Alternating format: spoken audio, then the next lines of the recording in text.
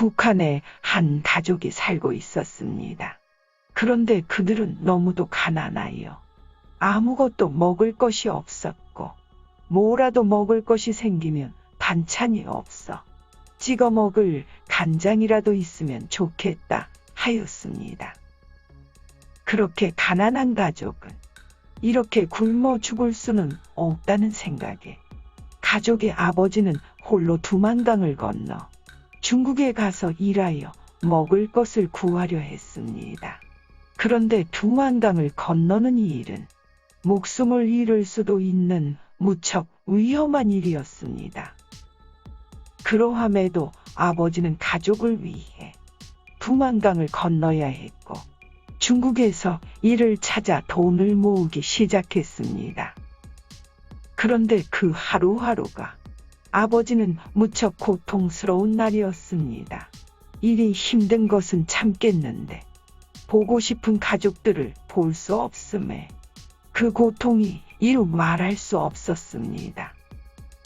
자신이 있는 곳은 언제라도 쌀이 있고 그 쌀로 밥을 해서 찍어 먹을 간장도 많았는데 쌀도 없고 간장도 없을 가족들을 생각하니 그 하루가 고통 중에 있었습니다.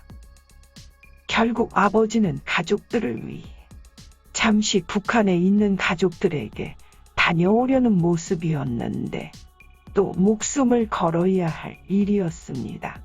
그렇게 아버지는 다시 목숨을 걸고 두만강을 건넜고 자신을 기다릴 가족들에게 향했습니다. 그렇게 먹을 것을 구해 집에 돌아왔는데 아들이 병에 걸려 많이 아파하는 것이었습니다. 아버지는 먹을 것이 없어 굶주리다가 병에 걸린 아들을 안고 한없이 울었습니다.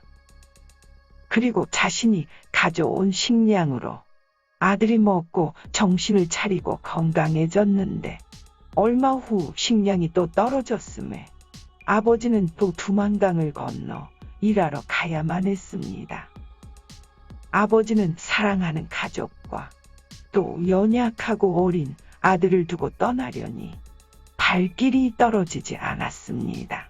그러함에도 아버지는 가족들을 위해 또 식량을 구해야만 했고 목숨을 걸고 또 두만강을 건너야만 했습니다.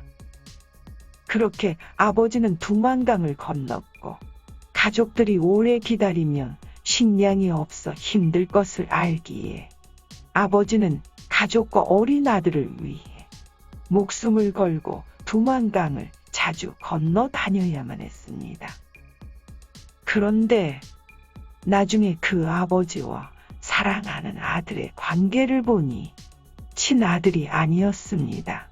아버지는 그렇게 자신의 친아들도 아닌 양아들을 위해 오늘도 목숨을 걸고 두만강을 건너는 것이었습니다.